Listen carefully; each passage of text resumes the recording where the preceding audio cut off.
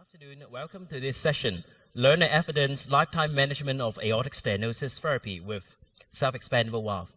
We're Medtronic supported this session, and it's happy to see you here again. And today, co-chairing with me with this session is Dr. Tomohiro Sakamoto. Yes, I'm Simon Lam from Hong Kong, and we have expert panels here, including Dr. Rama, Dr. Shinichi, Dr. Kenso, Dr. Haibo Zhang, and we have three distinguished lecture will be given by David, Gilbert, and Yohei.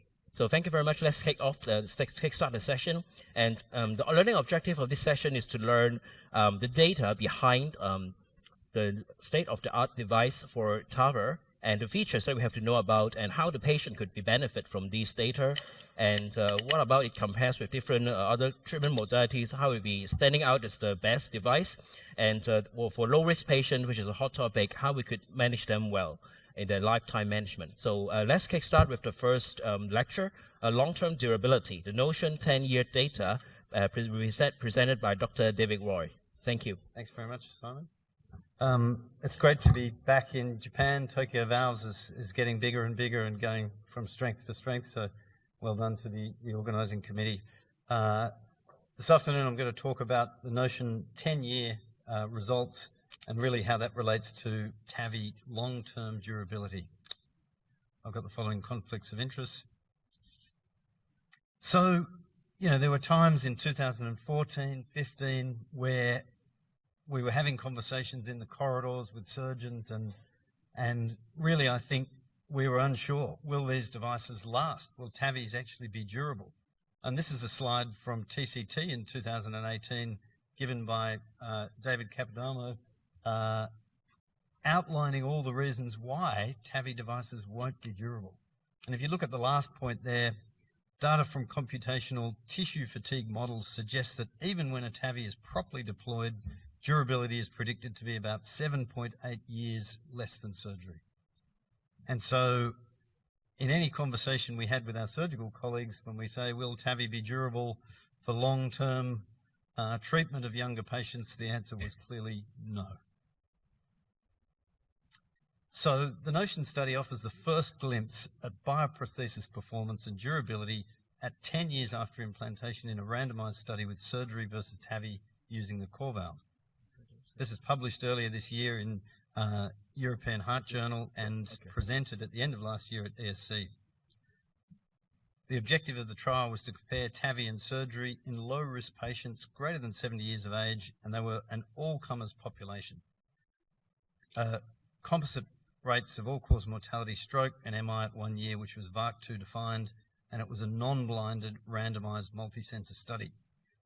When you look at the enrollment period, this was very, very early days in TAVI, 2009 to April 2013, and the TAVI was with the self-expanding first-generation core valve, and surgery was with any bioprosthesis of the surgeon's choice.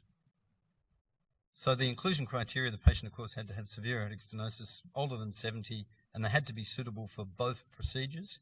The exclusion criteria, which is important, the patients weren't allowed to have significant coronary artery disease or other valvular disease, and they weren't allowed to have had previous heart surgery or need for an urgent treatment.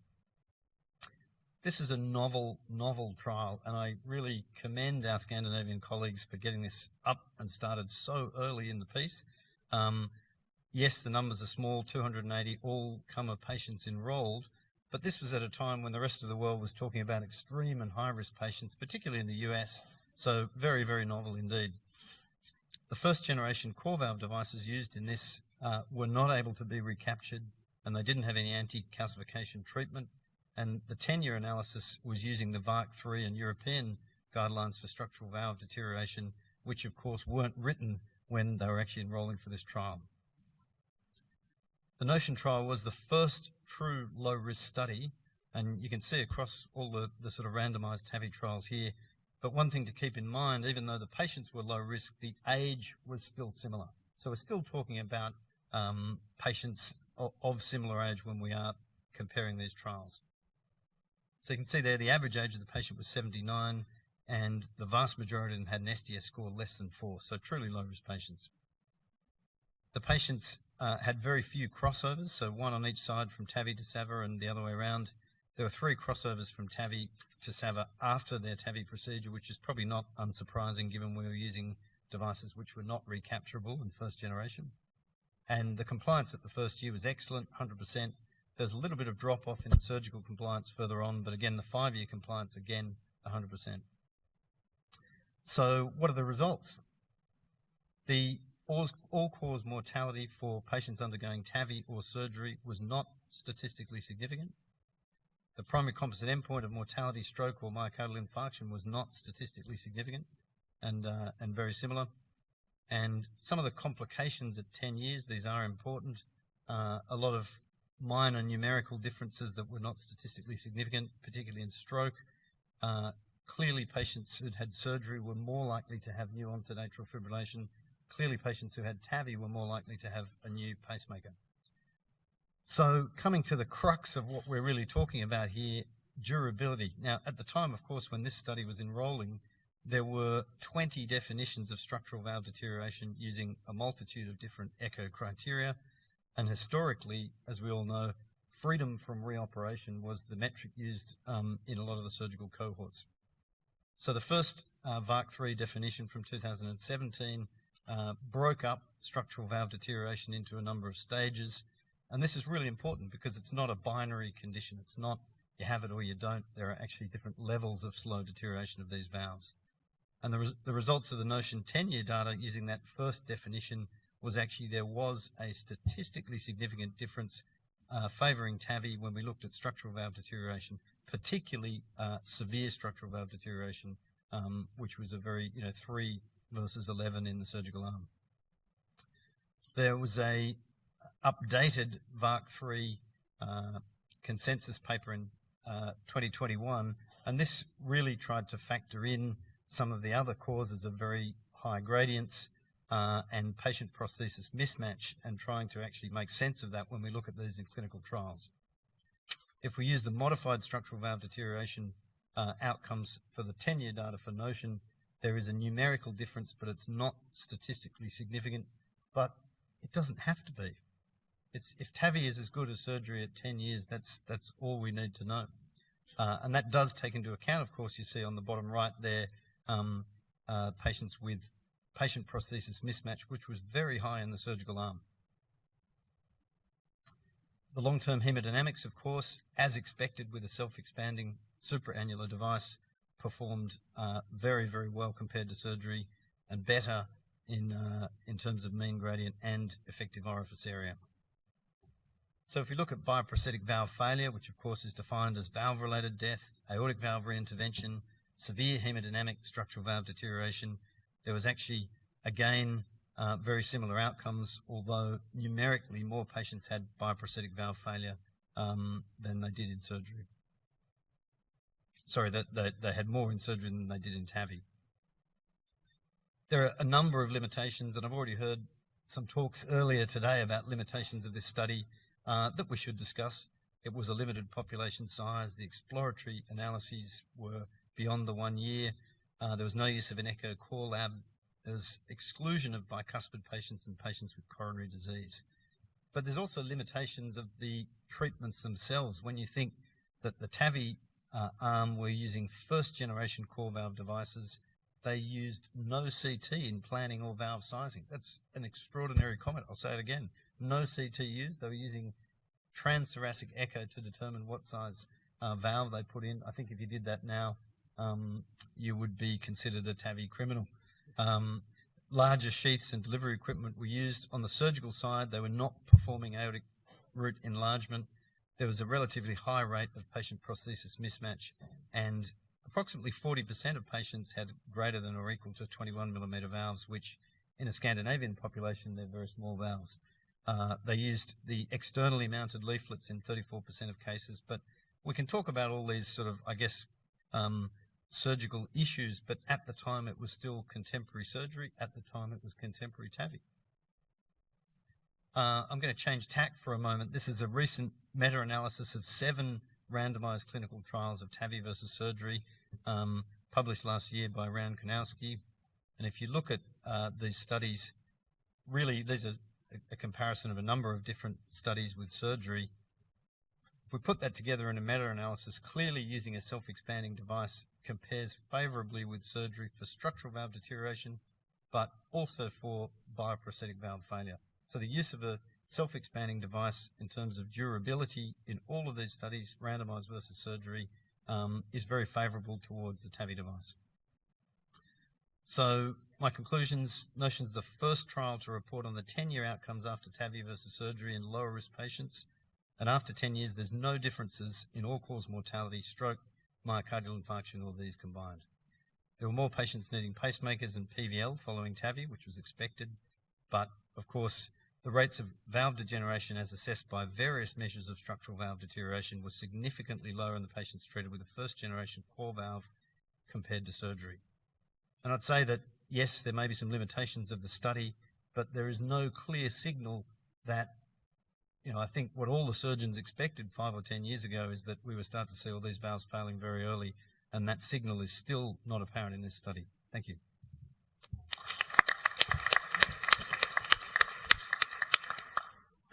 Thank you very much. So now it's open for discussion, and please make good use of the app, and you can interact with us by putting in your comments and questions. So now let's open for discussion on our panel. So do you have any comments on the trial and any Kent?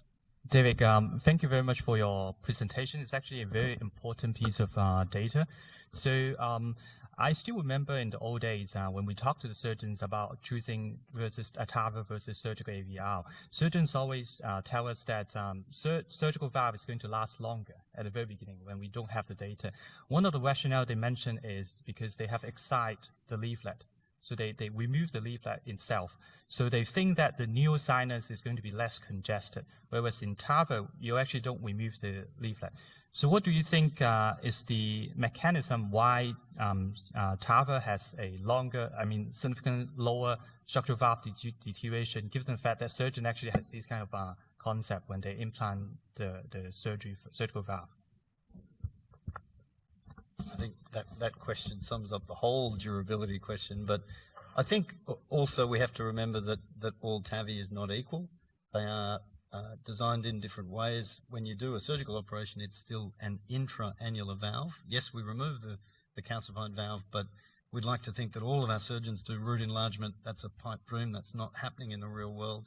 And so if you have a device that occupies minimal space inside the annulus and is supraannular, then you can understand why these data are so favourable. Just one other comment. Obviously, each trial, you have to, the details, they will listen to the details. As you have shown, there's 40% in that smaller valves. The surgery compared to the TAVI, obviously TAVI was superior because there is 40% of the patients smaller valves. About 35% were used in trifecta, which are not used anymore because these valves do degenerate early. And even before this, the surgical kind of literature shows smaller bioprosthetic valves, younger patients, they degenerate very early. So it's not surprising that we had a comparable or a better result with a self-expanding platform with a good hemodynamics. But what is important with the Evolut is the valve tissue stayed the same throughout the platforms. The frame is changed, other things are changed, it's recapturable so that the pacemaker rates will come down, the coronary access is becoming better. But as such, the valve tissue remains the same because the important question in 2024, people are talking about the valve tissue and the durability. Tissue equals durability, especially contemporary valves, transcatheter valves. So we have to remember it's the same tissue, different frames. We just shown it is durable for 10 years. Yes, so in a surgical point of view, Hubert, do you have any advice on this? No, I think one of the things that, we discussed with Notion is the issue of severe PPM. And we know that in the surgical literature for decades, severe PPM is the precondition for structural valve degeneration. So I think with surgeons, I think back then, and this is done in the European studies, very different geographically, including Asia, is that, with surgery, we tend to actually downsize the annulus. When you put in pledgets, this is, the valve sits above the annulus, you end up artificially reducing the orifice. So actually, often you end up choosing a smaller prosthesis than you would anticipate it, because now, especially nowadays in 2024, we do CT on all the patient with AS to decide in which therapy we want. And it's very interesting to see that, you know, a size measurement of a 23 millimeter annulus on average, some people still surgeon end up putting like a 21 or 19 millimeter prosthesis because they actually bunch up the annulus, which is, I think, unfortunate for our patients. So I think that's no surprise that, as other people have mentioned, that TAVI with a supraannular design would be superior to surgery. So is there any change like in the surgical practice? We can optimize, for example, you mentioned you can avoid choosing smaller size valve. And sometimes if you have a CT scan, you can better decide what kind of valve you can put in. And sometimes you can do root enlargement. So would that improve the durability in the surgical arm? No, to my colleague on the right, as rightfully mentioned, most surgeons, at least in the United States, I'm not sure about Asia, the average surgical AVR volume is like 5 a year, okay? So it's very low. So that's standard AVR. That's not even talking about anything more complicated than that. So I think that is one of the challenges, that there is a volume issue. The other point is that, and we'll talk about it in a low-risk trial, that people now, in recognition that low-risk patients need to be more aggressive with some of these other additional surgical maneuvers to attempt to avoid severe PPM. I think that's what surgeons in 2024 need to compete versus in terms of a TAVI as an alternative in these patients. And some people, sorry, please give a comment. So Gilbert, do you think a discussion about durability is still a thing? Meaning, obviously, there's a different conversation about whether we should be moving to younger patients, but is there still a question left as to comparable durability between TAVIs and surgical devices? Well, to your point, as you say, just like, you know, TAVI surgical valve come in different flavors and different, not same device the same, just like TAVI, I would argue the same thing. So at least with the core valve platform, it is shown that to have at least 10-year excellent durability versus the surgical alternative. So would like to have some opinion on how would the Notion trial change your practice in your place, in the region, in your country? For example, in Japan, which the Notion trial supports the use of a low risk to extend to low risk population with change of regulations, and how the government or the health authority will use this data to support this therapy. Yeah, that's right. So according to the results of the Notion trial, so and we don't know at the time before the publication of the Notion trial. So we are now wondering how many years the valve durability is. So now, but the result guaranteed is a long-term result, and the more 75 or so younger age TAVR patient will be increased, I think. And furthermore, the 10 years result, also the very low risk of the severe SVD rate, and then compared with the low risk trial, the 10 years and 10 years mortality is a little bit higher compared with the low risk trials linear rate. So maybe we think that the proportion of the self-expanding valve rate is increasing now. So what about in India? So doing for low-risk patient, would this Notion trial help to support your clinical decision? Yeah, absolutely. I think the life expectancy is much different in India compared to Japan. Mm-hmm. So the average life expectancy is around sort of 70 plus, not more than that. The small annulus is quite high, significant number of small annuluses. The femoral sizes, access size, very small, around 4.55 is the average. To get more than 6 millimeters is very rare. And bicuspids is about 40%. So taking it all into this account, I think the Notion results does show that in these patients, a self-expanding platform is much better, and that's the way we convince the patients about the procedure as well as about the valve choice. Yes, so I think the Notion trial gives us a very good basis to do patients with low risk, but other things to take into consideration, also the patient's age actually, because age is not doesn't equivalent to the risk. And also, it also depends on life expectancy that you have to consider, and also sometimes when we move to low-risk patients, they're more complex anatomy, bicuspid, which is not reflected by the NOTION trial. So maybe we can move forward to the next lecture so we can have an overall discussion afterwards. So next, we introduce the next speaker. Okay, so I will introduce Dr. Tang, Jibar Tang from Mount Sinai, United States. So his topic is a 4-year outcome from the low-risk trial. So Jibar, please. Thank you very much for the kind invitation, the honor to attend Tokyo Valves this year. So on behalf of the low-risk trial investigators, now we shift from low NOTION, which is, on average age around 80, to now a U.S. Global clinical trial. These are my disclosures. So just to set the stage, we talked about, the number of TAVI procedures, at least in the United States, you can see here is growing. And in fact, last year it's going to be over 100,000 procedures. But at the same time, surprisingly, we look at actually the age distribution of patients undergoing TAVI in the United States, you can see that at age less than 65 is actually growing rapidly, and the number of TAVR cases actually dropping. So this is quite interesting in terms of the demographics now we're treating in the U.S. You can see that here in terms of the priority of discussion, low risk versus non-low risk patients, we now talk about valve performance, durability, life expectancy, and of course, lifetime management.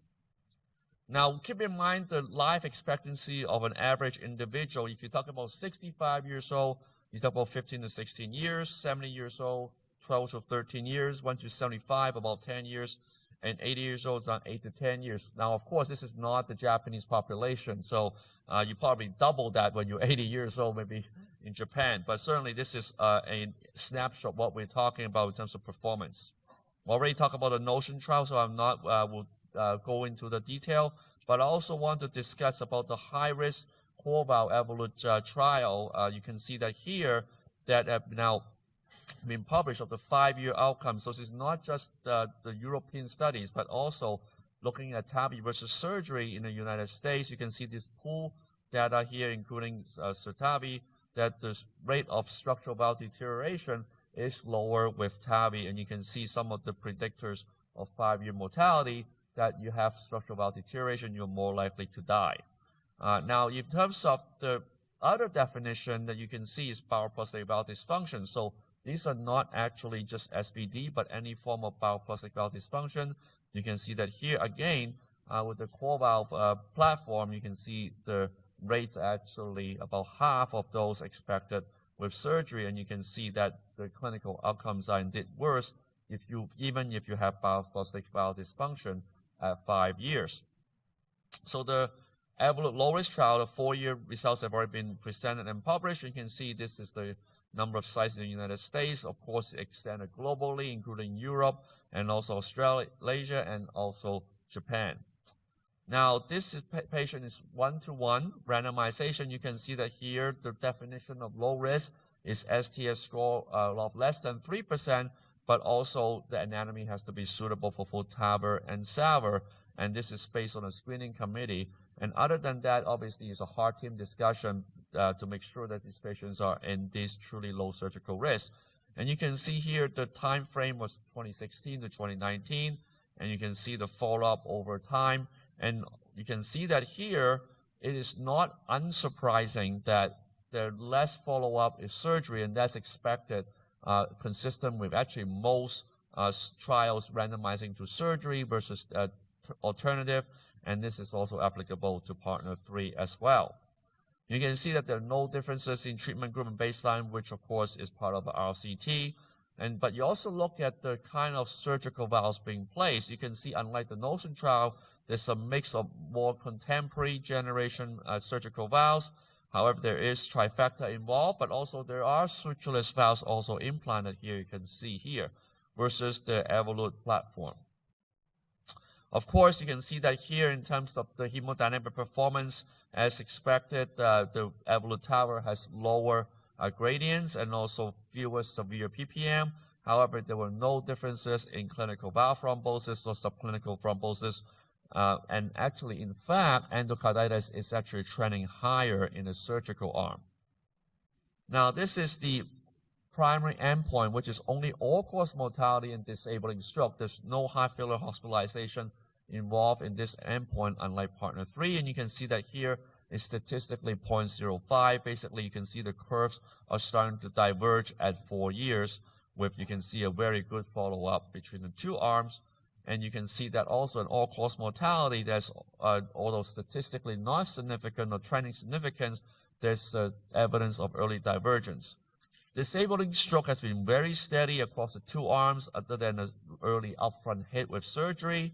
And when you're now adding hospitalization, in fact, the p-value is now 0.04, showing actually superiority in this composite endpoint of Evolut TAVR versus surgery. Now, what about other secondary endpoints? You can see that here, essentially, they're similar between the two groups. Of course, no surprise, pacemaker rate is higher with TAVI, and atrial fibrillation is higher with surgery. However, if you look at a re-intervention, you can see they were extremely low with both arms. Now, what about other definitions in terms of biospheric valve performance? As we mentioned before, with lower risk patients, no longer about dying from the procedure, but also actually how the valves perform. And you can see that here, consistent with the other studies of the high-risk trials, there's also better hemodynamic performance with Evolut TAVI, fewer incidents of severe PPM. But again, more importantly, what about clinical valve thrombosis? You can see that it's very low rate in both arms here, as well as subclinical thrombosis. And you can see, interestingly, with endocarditis, that was trending higher with surgery. Now, what about paravalvular leak? As we know, that's one of the Achilles heel of TAVI, at least with the earlier generation devices. And remember, majority of these devices were Evolut R, not Pro Plus, not FX. And you can see that here at 4 years, the number of patients with moderate or less greater PVL is quite low. And in fact, if you look at the pair echocardiographic data, and this is how you really compare apples to apples, is that there's actually an overall progressive improvement in paravalvular leak over time, such that by year 4, and these are patients who are actually alive and actually being followed echocardiographically, only 16% compared to index low-risk patients of around 30%. So hemodynamic performance at 4 years in low-risk patients, you can see here, no surprise, very stable throughout the entire follow-up period. And as well as KCCQ score, you expect them to be the same. And of course, surgery does take an upfront hit versus TAVI, which is a less invasive approach. And you can see again the NYHA class function at over time. And you can see that here, actually, in fact, is better with TAVI over surgery. Now, there's been some comparisons between the two trials with the balloon expandable valve and the Evolut platform. Of course, you cannot really compare randomized trials. Remember, they have different inclusion criteria, given screening criteria as well, and there are different sites participating in these trials. So you can see that here, just by anatomic reasons or reasons alone, 34% of patients were excluded from the PARTNER 3 trial because of a different valve design. And you can see one of the reasons is being severe LVOT calcification because of concern about aortic root injury. However, if you look at the Evolut trial, the screen exclusion rate were much lower, only around 15%, and mostly is due to, of course, bicuspid valve, which has its own separate registry, and of course, you need to have appropriate sizing, appropriate for the prosthesis. And so you can see that here in terms of the differences in terms of exclusion criteria, and you can read that at your leisure. Now, people ask, well, maybe there's some differences in surgical valves implanted. That's why maybe there's some differences in terms of the explanation. And you can see that here, first of all, you can see the STS scores and the O/E ratio were very similar with patients in the two trials, but more importantly, you can see the breakdown of surgical valve by manufacturer is actually not that much different, and also as well as the size of the valves that are between the two trials. So it's not like one trial has a larger surgical valves being put in or smaller surgical. That's why the data was skewed. In fact, they were not the case. And you can see also the differences in terms of concomitant surgeries in terms of the procedures done in between the two trials. Again, no major differences, at least numerically, in terms of, for example, CABGs. Now, in terms of the surgical arms, you can see that here the people comparing, well, maybe there's some better surgeons out in one trial versus the other. The answer is incorrect. You can see that here there were actually no differences between the studies in terms of numerically speaking. Again, remember, they're not Siamese twins getting randomized between two trials. So you can't really compare these numbers other than just numerical illustration. And of course, remember, I'm talking from a perspective of being a surgeon. Once you're beyond 30 days and at most 1 year, it's not because of surgery that you're dying. You're dying because of your underlying comorbidities. Otherwise, you can argue against the same thing against TAVI as well. So you can see that here, even though numerically there were differences in terms of 4-year outcome, in terms of mortality, it cannot due to the underlying intervention because that's no longer relevant in the discussion.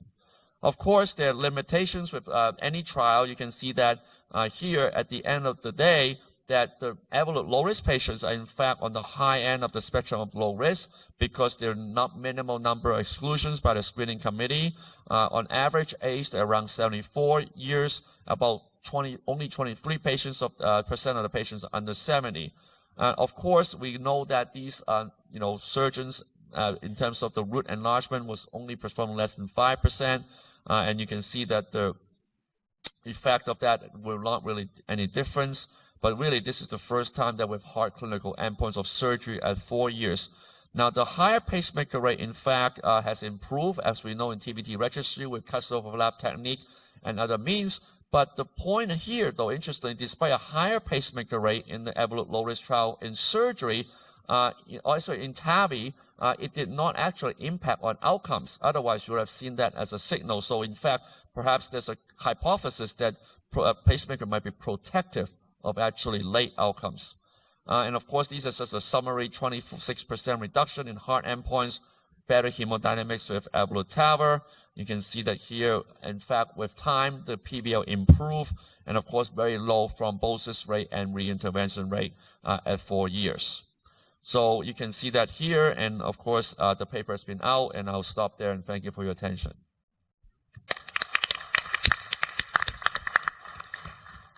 So thank you, Gilbert. He presented a 4 years follow-up rate of Evolut low risk trial. So that's really great results presented last year.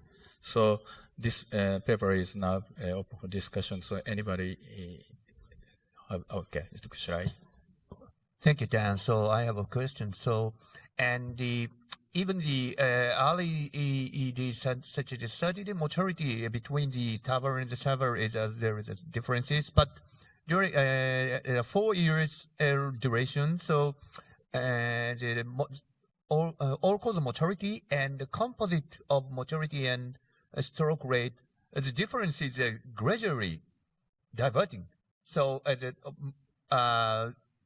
in several groups, the mortality is increasing, and the differences are large, getting large. So, what do you think about the differences? So, according to the surgical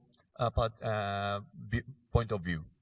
Yeah, no, I think what you see, as you saw, there was a statistical difference in terms of severe PPM and hemodynamic performance.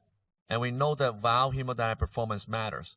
And I think that's what you start to see the difference. Remember, these are low-risk patients. They're not high-risk or extreme risk. So you don't see it early, right? You just like any other therapy. It maps out on a longer-term horizon. That's why both of these trials will be for up to 10 years time point, because that's necessary. Not just to show the hemodynamic performance of each therapy, but also what is going on. I think that is something that we start to see now. The 4 is kind of the inflection point. Okay, thank you very much. Anyone? Okay. Yeah. So I have a question about the design of the trial. We all know that the low risk, I think is better than the notion. In the notion, we found that the mismatch is too high for the surgical valve replacement. For the Evolut low risk, I think the mismatch is very good. My question is about we have so many design of the surgical valve. Why the sutureless valve has been involved? Because sutureless valve from the design point is, I think it's similar like the interventional valve, not like the routine surgical valve. So maybe the results may be more complicated to analysis the result. So what's your opinion about this? Yeah, so remember in these trials, in the surgical arm, the choice of valve is left to discretion of the surgeon.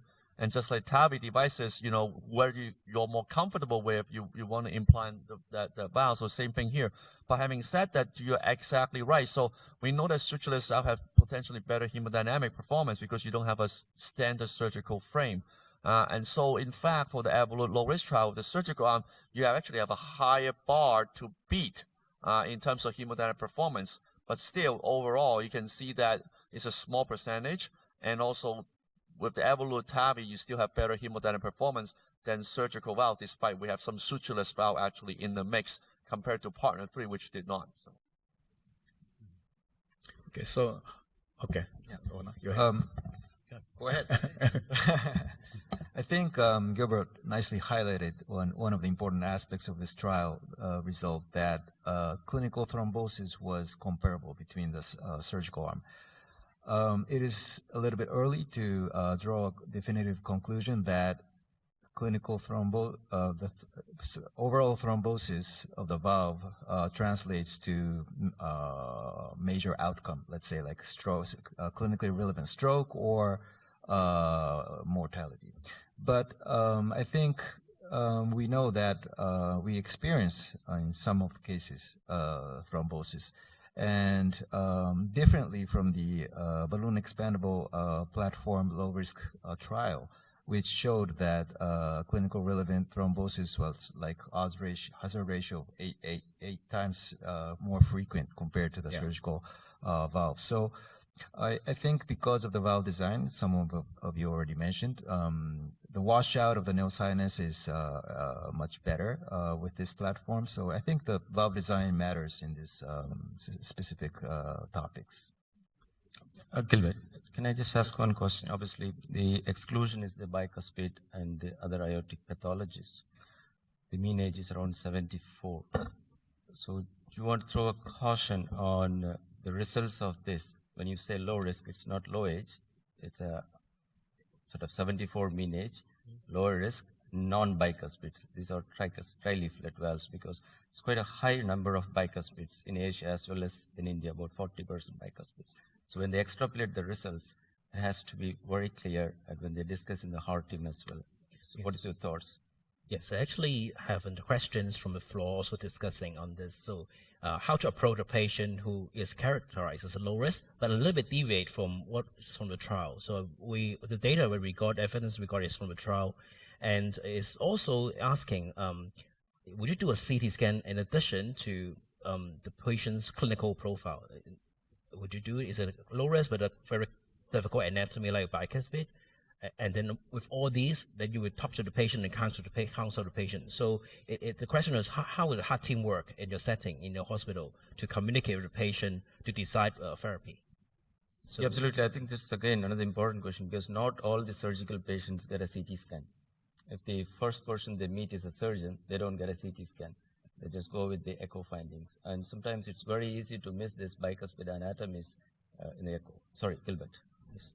No, go ahead. I mean, you're absolutely right. So there has been a lot of push to have anyone with aortic valve disease getting a CT scan. And we now know that at least maybe not surgeons in smaller programs or in private practice, but at least in our academic center, everyone with aortic valve disease, whether it's AS, AR, gets a CT because you actually are surprised by some of the findings, even with patient with aortic regurgitation, with aortic root aneurysms that you don't know about, that's important, right, in terms of your surgical planning. So I think that is the message out there is that anyone with aortic valve disease, come to anybody, should at least get a CT scan so you have a proper discussion. Because maybe after that, TAVI is not appropriate for the patient, even the patient wants one, and you need to counsel that. And nothing better than pictures representing more than 1,000 words, right, to show them why it's not the case. Yes. Yeah. Please. Yeah, I think pre-surgery CT scan is important. So because we need CT data in the future TAVR and SAVR procedure. So I think you're right. So we need every patient before surgery CT scan before surgery. What we experience is people will tend to want to go for TAVI because they think they're low risk, And then when we receive the referral, we talk to the patient, yes, you may be fitting in this kind of trial setting and we can offer, but eventually we offer the CT scan and coming back is a very complex anatomy and then may not be the best candidate in this sort of low risk setting. Then we have to recounsel the patient again and again. So we tends to gather everything together and sit down with heart team before approaching to the patient. So I'd like to talk about the antithrombotic therapy. So if the thrombotic rate is different between the valve selection, so can we change the antithrombotic therapy according to the selected valve? So how do you think about that? Maybe we can open for discussion in terms of anticoagulation. In case you have a thrombus, then what would you do? A very important point, and I think we can discuss this forever, right? So no one knows the right answer. Yeah. But we need to distinguish the clinical and subclinical thrombosis, because subclinical thrombosis, it still has no strong evidence that supports for aggressive anticoagulation.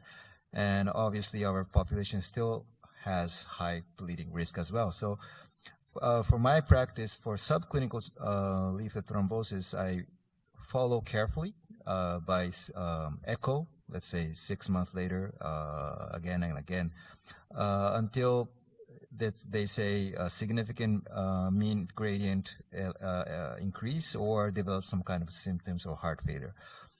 Whereas the clinical valve thrombosis, I think we should more or less consider more aggressive since patient develops clinical symptoms as well. And it's a time for intervention with anticoagulants. Usually, if we can detect this quite early phase, it is reversible. So I think thorough follow-up is also quite important.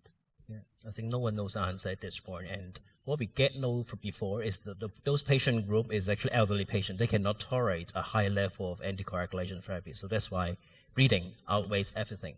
But then coming to lower risk, then we may need to study again what is the best regime for those patients. To answer Dr. Sakamoto's question, we are actually, as an Ocean, we are running a clinical trial, a non-antiplatelet therapy trial. So randomized patient after successful transfemoral TAVR with no antiplatelet therapy versus single aspirin. So let's see. So how come, when the result come? Dr. Shirai, do you have an idea? I think we're still enrolling. It's I think 2/3 of the enrollment has more or less finished, right? Okay. So we still need more. Yeah. I agree with the panelists that the anticoagulation after TAVR is actually very important, especially in younger patients.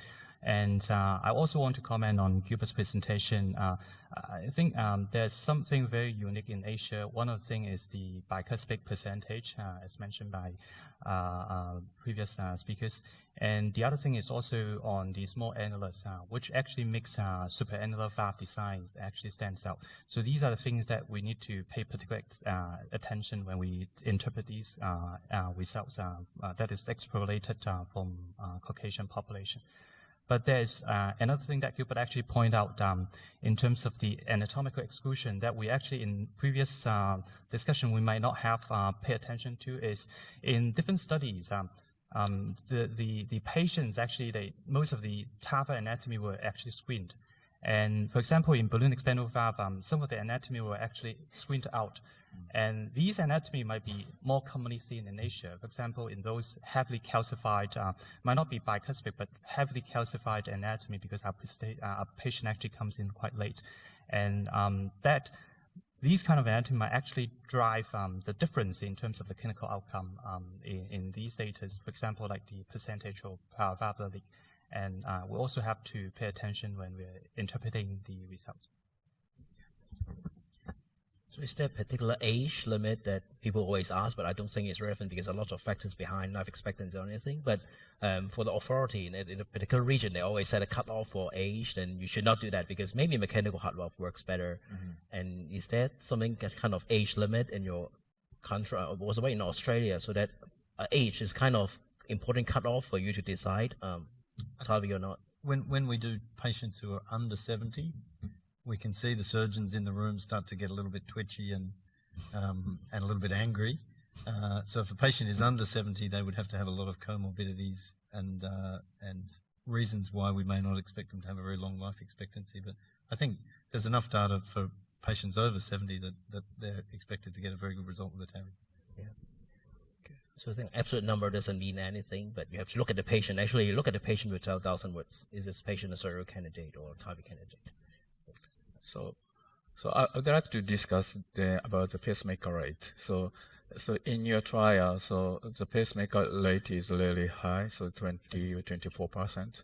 So, but the situation is different totally. So now we can use Casper valve technique, or we can use Evolut with markers. So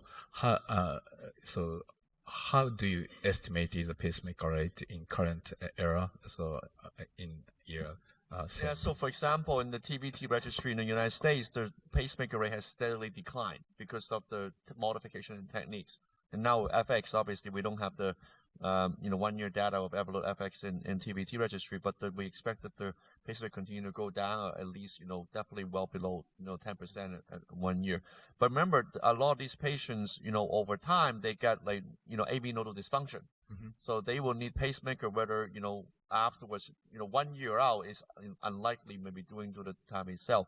But having said that, what I was surprised by the results of the Evolut Low Risk for 4 years is that the pacemaker themselves were not like a predictor of higher mortality, which have been, concerning, obviously, because there have been some some literature suggesting in the TAVR literature that, pacemaker is not benign.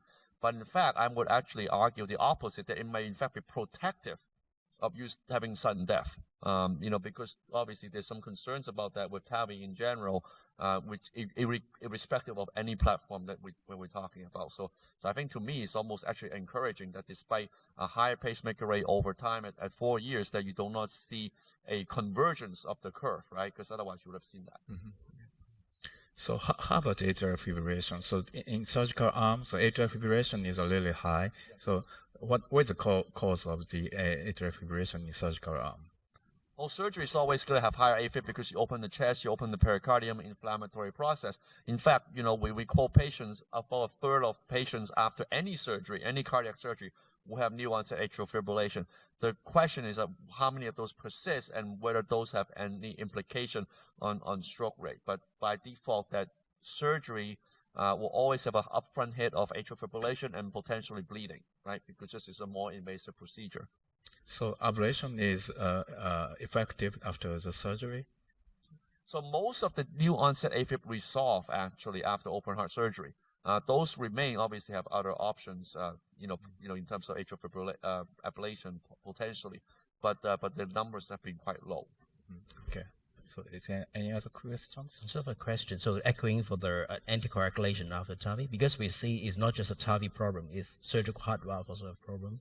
And from my experience, after surgical AVR, there seems not to have a very standardized way to treat those patients. Maybe 3 months of anticoagulation, sometimes depending on the surgeon, sometimes antiplatelets. And there's a slightly shift to some degree of anticoagulation afterwards. So can you enlighten us? What's happening in that direction? Guidelines technically say for bioprosthetic AVR, you're supposed to run 3 months of Coumadin and then, monotherapy ABB aspirin. But I can tell you no one will do that and no patient will even talk to you if you want to try to convince them. So almost all patients, at least in the United States, and most likely in this trial, there were some other, centers outside the United States will only be baby aspirin on the surgical arm. So I think that you can pretty much, unless obviously they have new onset AFib requiring anticoagulation, in which case they usually will need 3 months of anticoagulation before going back to baby aspirin. Gilbert, just if I may ask you, about sort of 18% in that is less than 21 millimeters, but the root enlargement is only less than 5%. As a surgeon, is it difficult, or what is that makes surgeons, even though accepting, but on the table, we don't get a root enlargement? And the second thing is, when you do root enlargement, for us to do a future valve in valve, it does have implication of what type of enlargement, like if you do a commissural thing, the valve is going to catch. Yeah, so this is a mostly interventional audience. It's not a surgical audience, so I will not bore you with the actual technique. But the whole point about root enlargement is to fit a larger prosthesis to avoid severe PPM in terms of the concept. Having said that, what happens is you create more suture lines, and we know that the more sewing you do, the more bleeding risk you have. I mean, that's just the reality. When you make a bigger cut, you're gonna more likely to bleed than a smaller cut.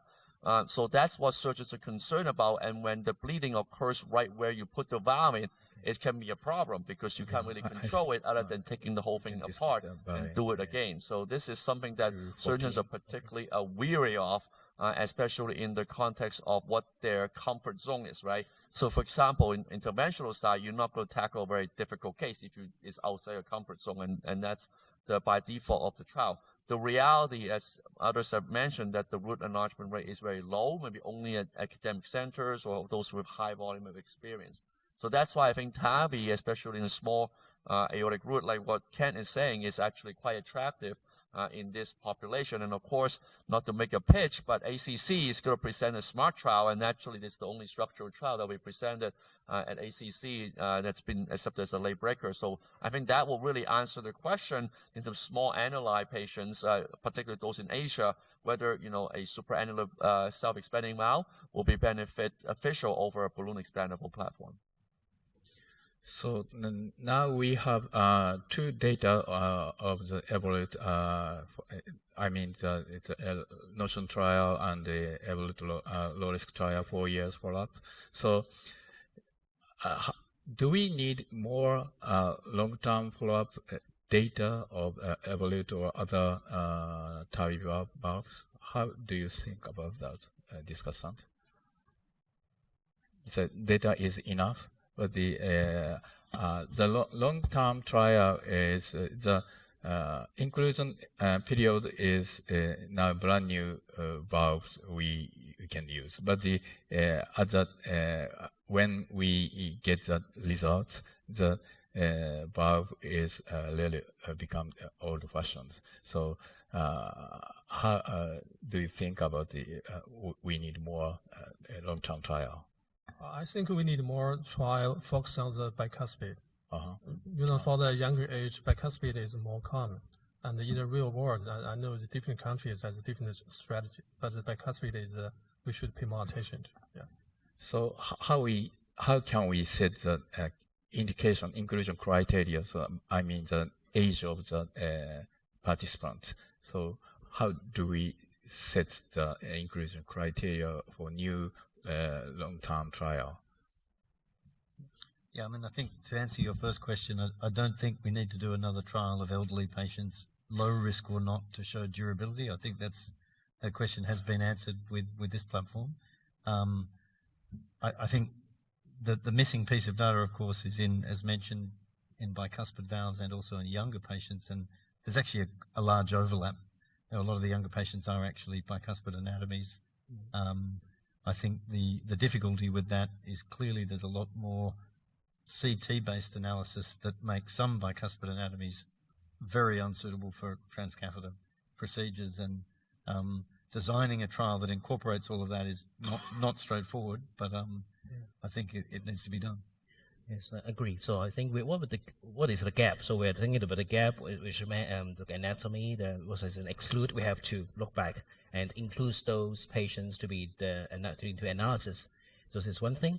And secondly, I would more be interested in focusing on this group of patients, the lifetime management, because 10 years is just a very short period for this kind of participation.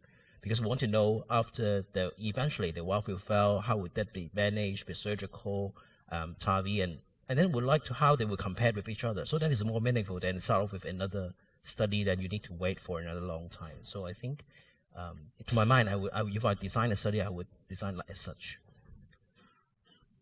Ken, you have I agree with Simon. We don't need another piece of evidence, but as we also mentioned, age is one of the major hurdle for expanding the indication to very young patient. But I don't think trial is going to answer that question, but technology is going to help with the question. I guess we all know that although this is outside the scope of this platform, but there are newer tissue technology that might be able to tackle with the durability issue too. Yeah, I would say that, to your provocative question, actually, do we need more study on 10-year data? I think the answer is yes for the low-risk patients. In terms of at least low-risk trial, we need 10 years because we know, at least from the surgical literature, the younger you are getting bioprosthetic valve, the earlier likelihood of degeneration. Just because you're younger, the different metabolism, the valve's not going to last as long as an older patient. That's just a fact of bioprosthetic valve durability. It's not something that has to do with the valve itself, but more with the patient when it was first implanted.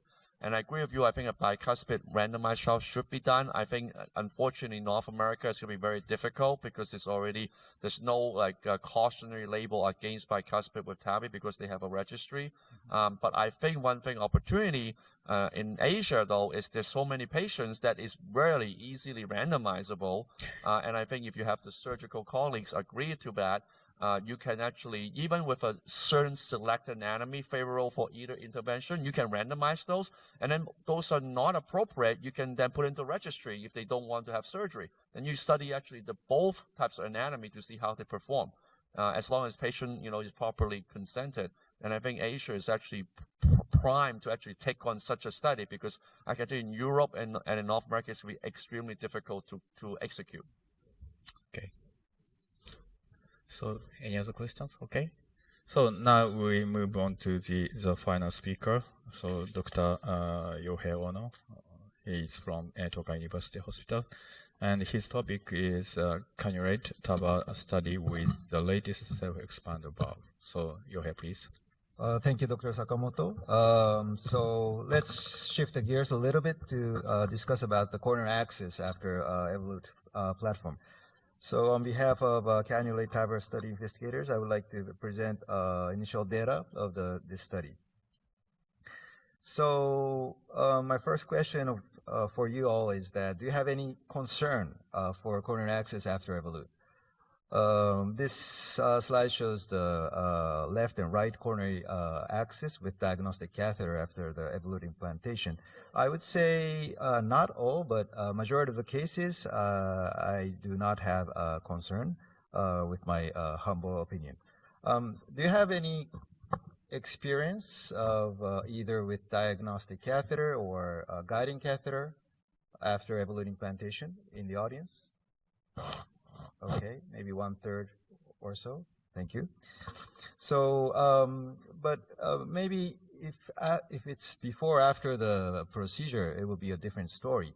This study shows that if you try to cannulate either left or right before the TAVI procedure, obviously 100% selective engagement. Whereas after the TAVI procedure, or whether it's a different kind of valve, some of the patients could not be able to get cannulation, 4 or 5%. And these data come from TAVI center. So you can imagine if those patients were trying to be engaged with a non-TAVI center, it could be a little bit more problem.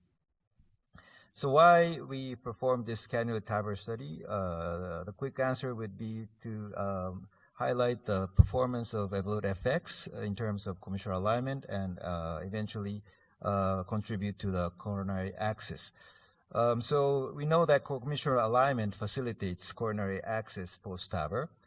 And the new Evolut FX valve, whether it's available in your region or not, but has been shown to improve commissure alignment compared to its prior iteration, Evolut Pro. I think Gilbert has published this as well. And previous studies with a CT scan post-TAVR has shown higher rates of commissure alignment, almost 97%, but this was based on the golden markers on fluoroscopy. On the same study, the coronary alignment, differently from commissure alignment, was a little bit less frequent observed. So what we did in this study was to investigate the ability of performing coronary cannulation immediately after post-TAVR with Evolut FX, with golden markers properly positioned within the best practice, and to assess the impact of commissure and coronary alignment determined by CT post-procedure. whether it went for a successful coronary access. So CANNULATE TAVR study is a multi-center, so far multi-center, but only Cleveland and us. And we are now welcoming other centers as well. Investigator-initiated prospective study. So consecutive patients with severe AS who underwent transfemoral TAVR after Evolut FX. And CT angio performed immediately after TAVI, and CT was performed afterwards. So actually, as I mentioned, this Evolut implantation was performed under best practice. We go for 3 o'clock flush port, but we actually adjust the position of the heart marker, as you know very well, at the descending artery, then adjust accordingly. Coronary cannulation, we used either 5 or 6 French diagnostic catheter via femoral or the radial. Default size of the catheter was JL 3.5 for left and JL 4 for the right. The success definition, either selective or unselective, was within 10 minutes cannulation after starting the procedure. It seems to be a little bit long, but we basically follow the previous literature definition. And pre and post TAVR CT was performed. So the baseline characteristics, a little bit over 100 patients. Average age was 79 years old. The size of Evolut FX, mainly 23 and 26 millimeter valve came from our center, whereas the larger valve, 34 and maybe half of the 29 came from the Cleveland. Obviously, differently the body size.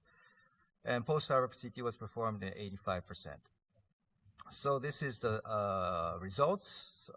As previously shown in other studies, the commissure alignment was highly achieved. There was no severe commissural misalignment. 10% was moderate commissural misalignment. And most of the patient had commissural alignment achieved. As for the coronary alignment, as shown in the previous study, we have achieved a little bit less, but still good numbers. I would say around 80% of the cases had coronary alignment, and the rest with 5 to 8%, whether it's left or right, coronary misalignment. So after the study, for the left coronary artery, 100% success, 66% was selective. For the right coronary artery, some patients were not able to cannulate because of the position of the valve and the small sinus of Valsalva, a low coronary height, those kind of combination. The valve depth was on NCC side 3.1 and LCC side 4.9 millimeters. And basically, JL 3.5 led to successful cannulation in majority of the patients. Remaining patients, we had to change for JL 4. So we measured the time for beginning with coronary cannulation and at exact time which we were able to cannulate, whether it's selective or non-selective. So what was the impact of commissural alignment for the coronary cannulation? Although because of the, mainly due to the limited number of cases, did not reach significant, statistically significant, but if you had misaligned commissural alignment for left, obviously it took a little bit longer time.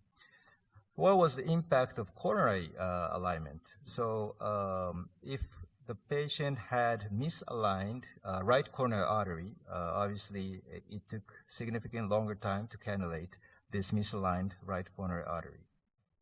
So to just briefly summarize the study, we actually tried to directly engage the coronary artery right after the Evolut FX implantation. And we also took the CT scan and checked whether the commissure or coronary alignment had impact. Majority of patients were able to be cannulated, but misaligned right coronary artery required longer cannulation time. So as a summary, with this new iteration of Evolut FX, both commissure and coronary alignment was highly achieved, which facilitated coronary cannulation. Part of this study was already published in JACC Intervention as a research letter, and we are trying to accumulate more cases. So the last slides, the study result only is not so fun. So just share tips and tricks for coronary cannulation. Obviously, we need to understand the structure of the valve and utilize the both view, basically LAO-cranial and RAO-cranial for perpendicular view and emphasis view. This slide was nicely made by my great colleague, Nori, who is in the audience now. Oops, sorry. So basically, as you know, with the LAO view, we see the level of the coronary arteries. So based on the CT finding or based on the final angio, we can anticipate the level of the coronary ostium. In most of the cases, we can cannulate the valve from the waist of the Evolut FX. But please pay attention to the right-hand panel. Do you think it's selectively engaged or non-selectively engaged? It's difficult to tell, but maybe based on these angio findings, it seems to be a little bit non-selective. Whether you want to check if it's selective or not, go to the perpendicular view to the emphasis view, so like a short axis view. It's usually very deep right RAO cranial. It's more or less like 40-40 or even 50-40. So by going to this angle, you can appreciate that this diagnostic catheter, we need to go a little bit counterclock rotation in order to go selectively inside. So our practice, our colleagues, myself, usually use the back end of the 3-5 wire. It's a stiff wire, right? At the back end. We don't go out with the wire, obviously. It could injure. So as we get close to the tip, as you can see here, since it's stiff, it comes out of the strut that we were in, and then applying gently counterclockwise rotation, we will be able to move the strut to the appropriate cell. And then finally, we can achieve the good direct selective cannulation. Okay, so that's it from my side. Thank you so much. Thank you, Yohei, for your nice lecture and the nice tips. So this paper is now open for discussion. So anybody has a question? So first, congratulations, Yohei, for this very interesting and important publication. So, and also the tips and tricks that's very useful. So my question is very simple. Do you include any bicuspid anatomy in this cohort or no? Because we know bicuspid, the coronary takeoff might be different. That's right, a very important question, because as you mentioned, bicuspid patient has the unique, even coronary ostium. Of course, it's different from type 0 and type 1 as well. Actually, from this specific analysis, we just included tricuspid to be more fair, I would say. Yeah. It's a very elegant study, and thanks to you and Adizani. I think there's always a concern about cannulating an Evolut platform, and your study has clearly shown, and the commissural alignments, when you do it, I think cannulation is not an issue. But still, there are cases where you will have difficulty if there is some malalignment or significant malalignment. Elective cases, you can do a CT. If you don't have time, if they come as an acute, that's a very important aspect, because not all operators are TAVI operators. And if these patients end up in a center where they do primary, that's why this session is very important. Even if you're not a TAVI operator, you need to understand this valve and how to cannulate it in a primary situation.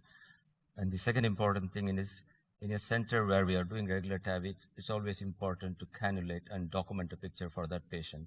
So if you're not there, if somebody is on call, if the patient comes as a primary, they can go back and see the picture and see which angle, which cell you have cannulated, and it makes their life easier, especially in a primary situation. Exactly. And that RAO cranial is exceptionally good view. So now we try to consecutively try to cannulate. Of course, in some selected patients with impaired renal function, we don't want to give more contrast. But if it's possible, we try to dialectically cannulate both coronaries and store the image, obviously. So when the patient comes back, we will be able to review the coronary angio accordingly. The other thing that you hadn't mentioned is the importance for the lowly coronary operator who's not a structural interventionist, who doesn't understand the design of the frame. Achieving commissural alignment is so important because it actually allows them to manipulate the right coronary catheter, the JR4, the way they normally would. They approach to the right coronary sinus, they torque the catheter. When you don't understand that there's a neocommissure that might split the sinus, you can't understand why you can't find the right coronary, and that's because it's anterior or posterior. And so the commissural alignment that the FX provides and the visibility that you've provided is really important. As you mentioned, it's a really important point, whether the patients go to non-TAVR center or they get on call in middle of the night with non-TAVI operators. It's a very important point. And if you don't know the structure of the valve, more or less, it could be difficult, even with aligned valve. And we encourage those physicians to just take a root shot to give a broad image of the situation in the aortic root, and then try to cannulate. And include that in your discharge summary. Include that in your discharge summary when you're sending the patient from tertiary. Exactly. So I think it's a very meaningful study, but I would be very interested for the cannulation is done by a non-TAVI operator, and you may have a bigger margin because just right after you do the we do that for every patient, so we know what kind of catheters we'll use in the future. So the reference is in case a patient went to somewhere, so they know that it is possible to cannulate, and they know where the anatomy is. Because we know the anatomy beforehand, so we know where to go. But then for in an emergency setting, when a primary PCI operator, they look for the coronaries, then they will end up in a disaster. So I think I think we can extend to see how they behave. It's more meaningful. Exactly. Yeah, we should share this information to the referral physician. We try to put this CD or the still picture or whatever to share this information. It would be very relevant. So for some extra things to ask, for example, if the patient already has a borderline or not a very high coronary height, and the patient already have PCI done before and relative low risk, they have diabetes, hypertension, prone to have free stenosis in the future. So definitely alignment is very important, especially if the FX system is facilitated. Implantation depth would be an issue because we're struggling to minimize the pacemaker, but to facilitate access. So any advice? Really important point. As you mentioned, if you go too deep, coronary access would be easier. However, the risk of conduction disturbance would be higher, vice versa. And I think Shinichi and myself, for the self-expandable platform TAVI, we use intracardiac echo. So we can go as much as, let's say, as much as possible deeper, but still avoiding conduction disturbance. Since it's easy to visualize the membranous septum with ICE guidance, I think it's the only way, if you want to go deep safely, it's the only way to guide. Because we often face, even with a true cusp overlap view, it could be a little bit difficult to go slightly more deeper or go a little bit higher. Yeah. So, yes. So as Yohei said, so in order to use the ICE guidance, ICE guide either not only the preventing the pacemakers, but from the words of Sakamoto, so as deep as possible implantation in order to guarantee the coronary access. So if the membranous septum length is 5 millimeters length, so we can implant the valve just above the muscular septum. So deep implantation is okay. unless the conduction disturbance occurs. That's right. Yeah.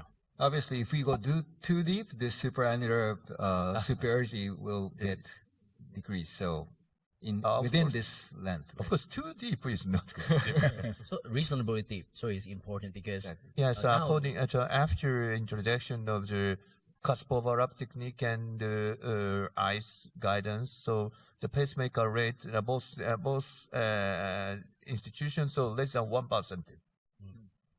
yeah, and the new FX system is very predictable in terms of positioning. So I think with the ICE guidance, you can really do exactly where you want to land.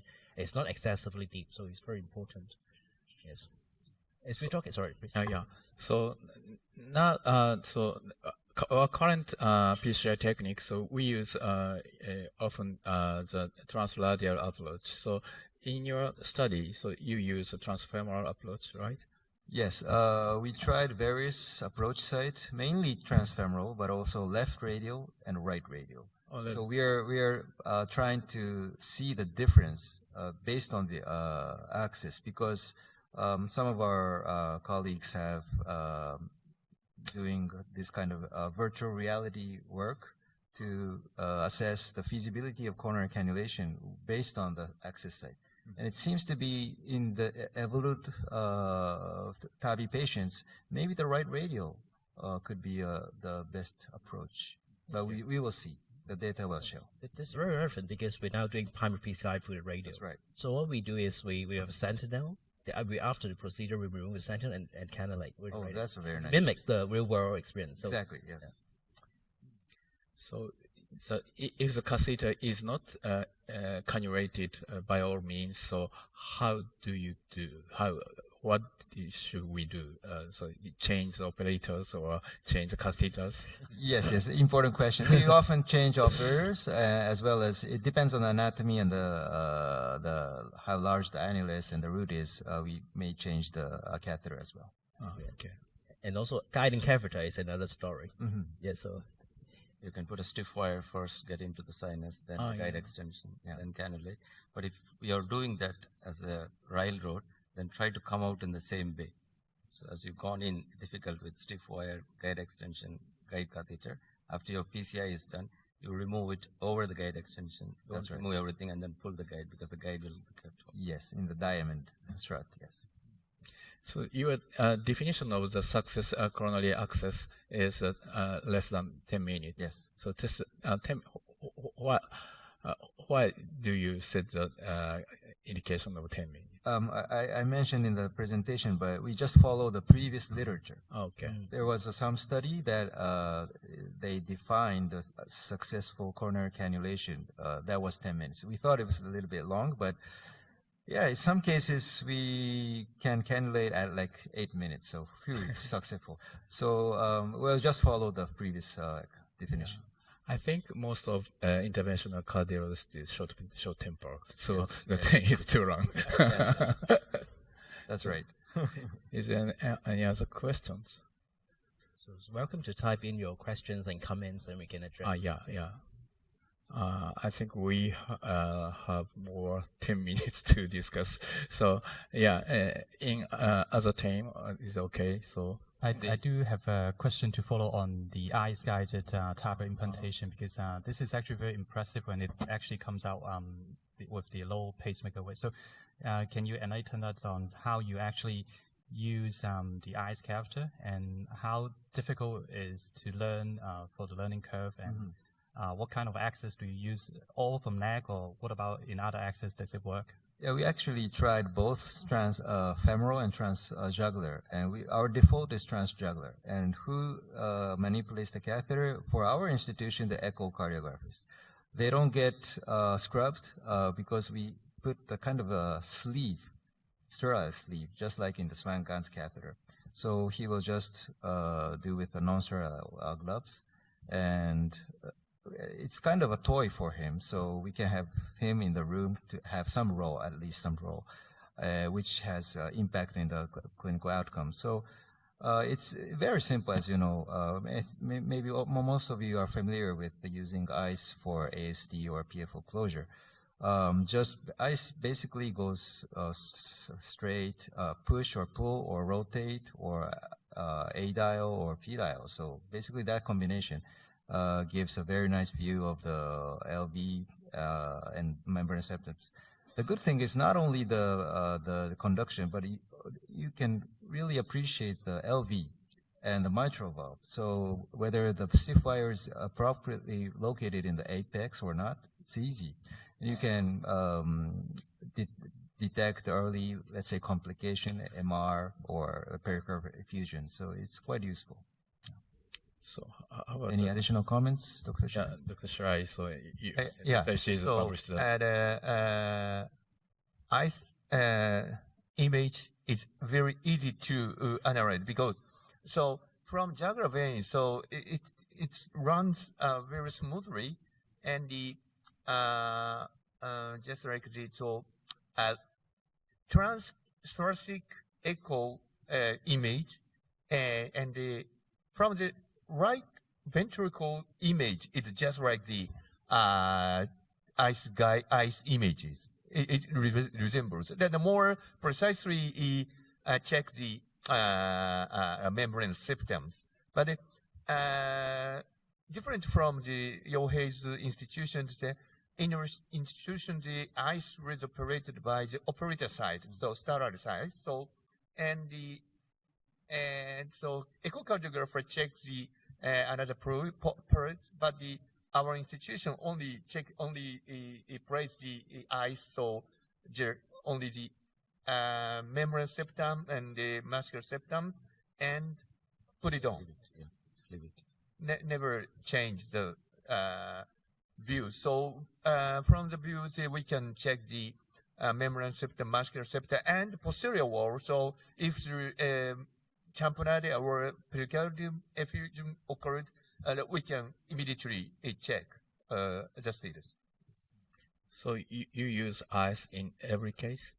Yes, even in the balloon expandable case, because we can detect the complication as first as possible. Yeah. So in our institute, we use ICE in case of shorter membrane septum length. So I mean less than 2 millimeters. So we usually use LV pacing during TAVI. So we don't have to use RV pacing. So, but in case of shorter membrane septum length, so we use jugular approach. So the ICE we use. So